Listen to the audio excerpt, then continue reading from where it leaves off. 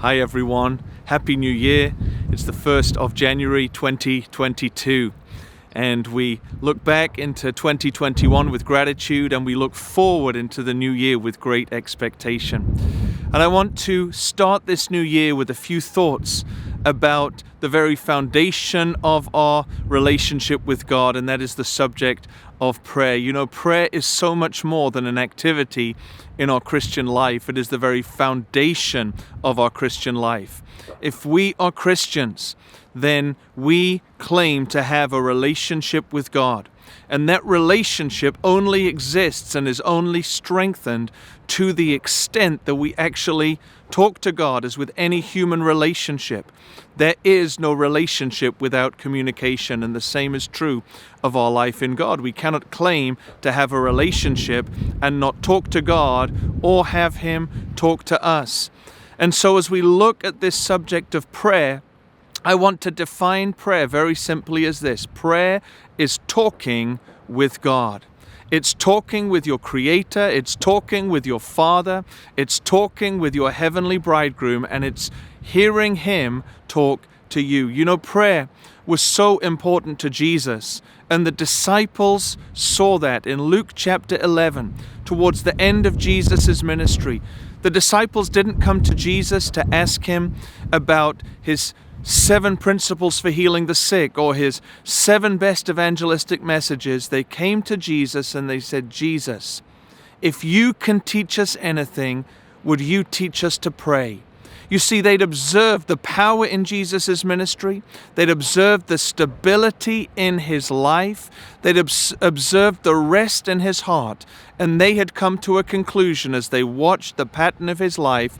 Jesus had a strong relationship with His Father. He was going off here and going up the mountain there to spend time with His Father. And they said, Jesus, if we are to follow you, we want you to teach us how to pray. And Jesus gave them a wonderful model of prayer. We know it as the Lord's Prayer, and you can find it in Matthew chapter 6 and in Luke chapter 11. And what I want to do over the next few days is to unpack a little bit this model prayer. It's more than something to simply be recited, although it doesn't do any harm to simply recite the Lord's Prayer as a prayer. I believe this prayer is a model prayer. It's a pattern for our prayer life. And I want to unpack 10 principles from this prayer that will help us grow in our relationship with God. You know, Jesus said in John 15 that we are the branches and He is the vine. And unless we abide in Him and make abiding in Him our focus, we cannot bear any fruit. We cannot be fruitful for the kingdom. But as we abide in Him, we will be fruitful for the kingdom. And the first principle I want to leave you with today, the beginning of this new year, is simply this. Prayer is a priority. Jesus didn't say if you pray, He said when you pray. He said the kingdom breaks in when you pray.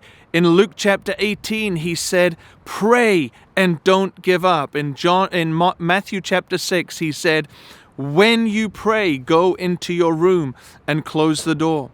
And when the apostles got overly busy in the early days in the book of Acts, Acts chapter 6, verse 4, the apostles said, we have to give ourselves to the Word of God and to prayer. We cannot let anything distract us from our connectedness to God. Because prayer is the place where we receive life, where we receive strength, where we receive empowerment and encouragement and wisdom from God. And so Jesus, before He even enters into one principle of how to pray, He says, when you pray. I want to encourage you today and at the beginning of this year, make prayer a priority in your life. Make your relationship with God the number one priority. As you do that intentionally, you will find your life being blessed and your spiritual growth increasing in ways you could never have imagined. So number one principle, prayer is a priority. Hey, I will see you tomorrow for another thought for the day. Bless you.